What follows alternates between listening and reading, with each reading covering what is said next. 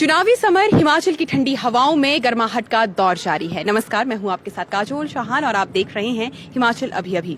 देखिए, हिमाचल प्रदेश में चुनाव चल रहे हैं, लेकिन बाहरी राज्य के बहुत से ऐसे पूर्व विधायक मंत्री हैं जिन्हें एक बड़ी जिम्मेदारी दी गई है और उसी जिम्मेदारी का निर्वहन कर रहे हैं उत्तराखंड के नैनीताल से पूर्व में रहे मंत्री विधायक गोविंद सिंह बिष्ट जी आज हमारे साथ हैं। इनसे बातचीत करेंगे, जानेंगे कि रामपुर बुशहर में क्या चल रहा है, मंडी संसदीय क्षेत्र में क्या चल रहा है, हिमाचल में क्या चल रहा है और देश में क्या चल रहा है। सबसे पहले बहुत बहुत स्वागत जी। बहुत बहुत आभार आपका जी। अभी मुझको आए हुए लगभग 20 दिन हो गए। इन 20 दिन में मेरा अधिकांश बूथ में जाना हुआ और जोन जो हमारे पार्टी की दृष्टि बांटे गए उनमें जाना हुआ। तो इस बीच जो उत्साह मैंने यहाँ कार्यकर्ताओं के बीच में देखा, जो जनता के बीच में देखा, मुझको लगता है कि कार्यकर्ता बहुत उत्साह से लगा हुआ है, लेकिन वोटर थोड़ा साइलेंट है। लेकिन जब बात करते हैं हम उनसे कि देश हित में आपको वोट करना है, वो सब कहते हैं कि हमने सनातन बचाना है, राष्ट्र हित में बात करनी है, तो सीधे सीधे वो भारतीय जनता पार्टी की बात करता है और लोग भारतीय जनता पार्टी को वोट देने के पक्ष में नजर आ रहे हैं। रामपुर बुशहर की क्या स्थिति नजर आ रही है इस समय? रामपुर शहर में क्योंकि बहुत सा व्यापारी वर्ग भी है और अन्य बंधु भी हैं जो अन्य चुनाव में भी बहुत ज्यादा मुखर नहीं होते हैं, लेकिन अंदर से वो भारतीय जनता पार्टी के साथ होते हैं। और इस बार तो लोगों के बात एक ही बात के लिए सबका मन है कि हमने इसमें किसी को नहीं देना है, केवल देश की दिशा और दशा तय करने के लिए वोट डालना है, केवल सनातन को बचाने के लिए वोट डालना है और जो लोग राम को लाए उनको जिताने के लिए वोट डालना है। तो इसलिए भारतीय जनता पार्टी के पक्ष में मुझको अंदर खाने माहौल दिख रहा है। अगर पूरे हिमाचल प्रदेश के सिनेरियो की इस समय बात करें, 4 लोकसभा सीट है और सांसदों की अगर बात करें तो आपके ही सांसद रहे हैं, हालांकि मंडी सीट से पहले भी आपके सांसद थे, बीच में उपचुनाव हुए। तो अभी क्या लग रहा है आपको, 4 में से कितनी सीट आपको लगती है कि बीजेपी के खाते में जाएगी? मुझको भी लगता है, और जब हम रोज समाचार देख रहे हैं, सारे चैनल्स में देख रहे हैं और बाकी जो अन्य लोगों की बात भी सुने, 4 की 4 सीटें भारतीय जनता पार्टी के खाते में जा रही, केवल खाते में नहीं जा रही, बहुत बड़े मार्जिन को लेकर भारतीय जनता पार्टी के खाते में जा रही है। ये आपको महसूस हो रहा है? अगर मंडी संसदीय क्षेत्र की बात करें, इस समय हिमाचल प्रदेश के जो वर्तमान में अभी पीडब्ल्यूडी मिनिस्टर हैं, वे इस समय चुनावी रण में खड़े हैं आपके कंगना रनौत जी के सामने, आपकी जो प्रत्याशी है पार्टी से।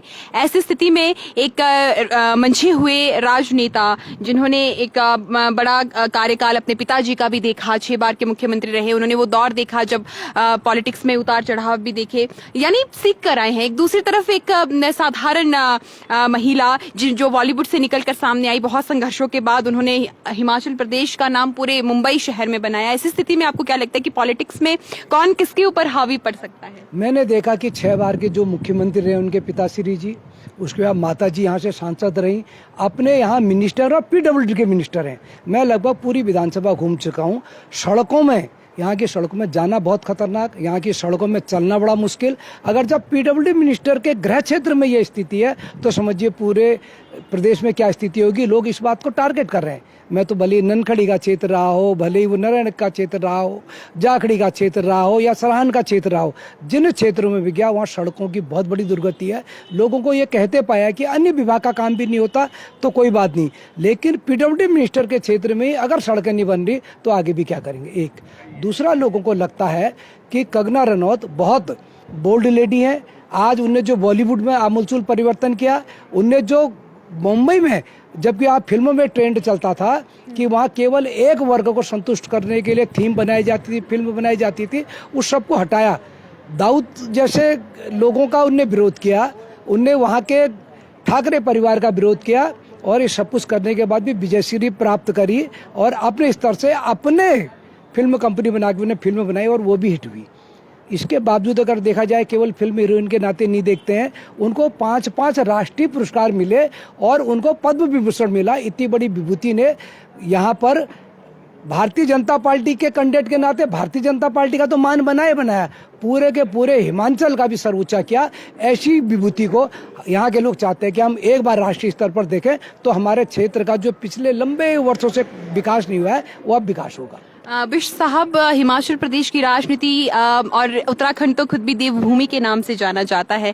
बड़े भोले भाले लोग हैं हम लोग। आप तो हमारे पड़ोसी हैं और हम हमेशा देखते हैं कि हमारा जो कल्चर है आप लोगों से मिलता जुलता भी है, भाषाएं मिलती है, नृत्य मिलते हैं, बहुत सी चीजें मिलती हैं।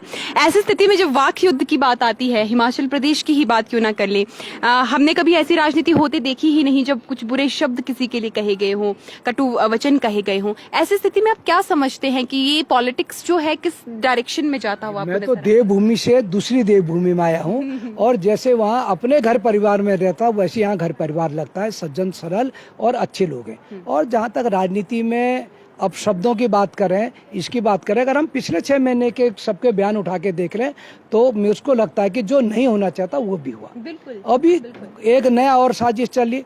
पिछले 8 साल पहले का एक वीडियो वो आजकल वायरल किया जा रहा है। वर्तमान परिप्रेक्ष्य में उसका कोई मतलब नहीं है, क्योंकि आजकल अपने वोट की दृष्टि से लोग पुराने बयानों का भी फायदा उठाना चाहते हैं, जो कि जनता समझ चुकी है, उसको फायदा नहीं उठाने देंगे। जी, तो आपको ये लगता है कि वाक युद्ध पे तो आप स्पष्ट वादी तरह से बात कर रहे हैं, लेकिन मुझे लगता है कि दोनों पक्षों को इसमें सावधानी जी, राजनीति में संयम बरतना चाहिए, अपनी रीति नीति के हिसाब से लोगों को समझाना चाहिए और व्यक्तिगत रंजिश का राजनीति में कोई स्थान नहीं होता। आप उत्तराखंड से आए हैं। नैनीताल इतनी खूबसूरत जगह है जहां से आप बिलोंग करते हैं।